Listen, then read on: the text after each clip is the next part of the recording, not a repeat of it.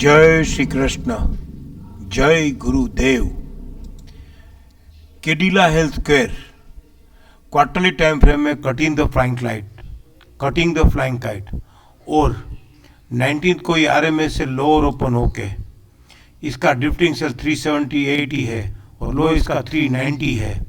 तो cutting the flying kite में RMS lower भूल के अगर ड्रिफ्टिंग सेल ट्रेड नहीं करता है तो फिर उसका मिनिमम टारगेट अपर बैंड 535 से 550 है।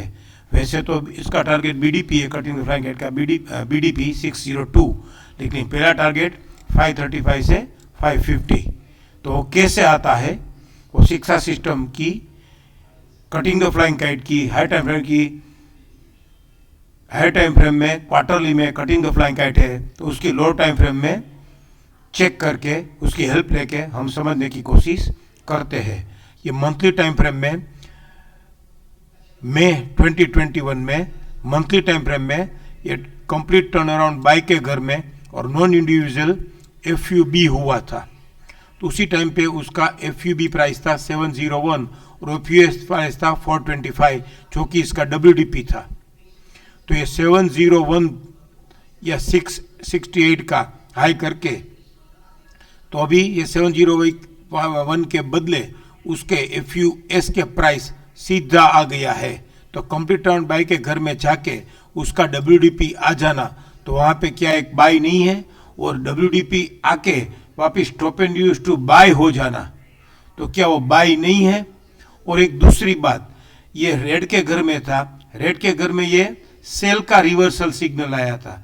तो रेड के घर में ये सेल का रिवर्सल सिग्नल आके उसको जस्टिफाई करके उसको स्नेक ना दे के 432 से ही ये stop and use to buy हो गया।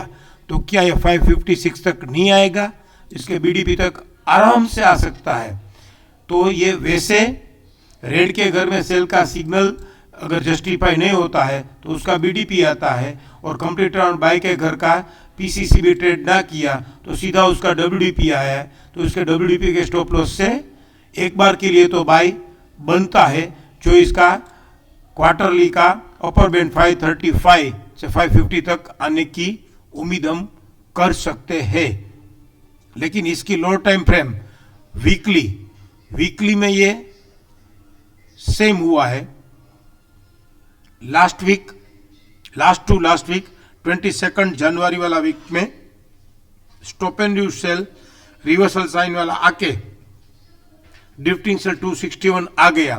तो फिर इसका 387 इसका ड्रिफ्टिंग सेल है और 387 ड्रिफ्टिंग सेल के पास ही आरएमएस से लोअर खुला है 390 से और लोअर गैप भी है।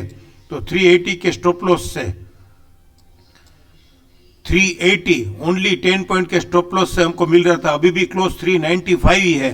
तो 15 पॉइंट के स्टॉप लॉस से ही हमको मिल रहा है, लोअर गैप है। तो क्या एक बार के लिए ये न्यू डब्ल्यूडीपी 457 से इसका बीडीपी न्यू डब्ल्यूडीपी 414 से इसका जेजीडी 429 से इसका अपर बैंड 435 नहीं आएगा, जो कि क्वार्टरली का 535 है। तो क्वार्टरली आरएमएस से लोअर खुला है और इसका रेजिस्टेंस 478 है। तो ये क्या 478 तक तो लेके ही जाएगा। वैसे तो 435 से ये 400 से अभी 390 है, वहां से मुझे ये 535 की 400 से मुझे 535 135 को 135 की पॉइंट की जर्नी ही समझ में आ रही है। वैसे ही मंथली में भी ये 425 से सीधा अभी इसका पीसीसीबी 700 की जर्नी के बदले अभी जो लास्ट मंथ ये stop and use to buy हुआ है उसका बीडीपी 541 भी आ सकता है। अभी इसको हम डेली में समझने की कोशिश करते हैं। तो डेली में भी ये 381 से stop and use to buy हुआ है, कोई बाय का रिवर्सल बाय नहीं है, लेकिन ये कंप्लीट टर्नआउट सेल के घर में जब भी गया 7 जनवरी को तभी उसका नॉन इंडिविजुअल एफयूएस था 454, फिर वो इंडिविजुअल एफयूएस नहीं हो पा रहा है 444, फिर 441, और फिर यहाँ पे उसका इंडिविजुअल FUS हो गया रिवर्सल सेल के साथ 430, नहीं सॉरी, यहाँ पे भी रिवर्सल 438, फिर 433, फिर 415, फिर ये अभी 414, और फिर 406 में ये FUS हो गया है, वीक बिलो भी जस्टिफाई हो गया है, ट्रेंडिंग सेल भी हो गया है, और फिर वहां से ये stop and use to buy हुआ है। तो डेली में अभी ऐसा कोई रिवर्सल सिग्नल हमको मिलता नहीं है कि जिसके हिसाब से हम कुछ बाय देख सके या बाय कुछ कर सके। तो डेली में जब भी हमको एक रिवर्सल सिग्नल बाय का मिल जाए तो हमको ये बाय ही करना है।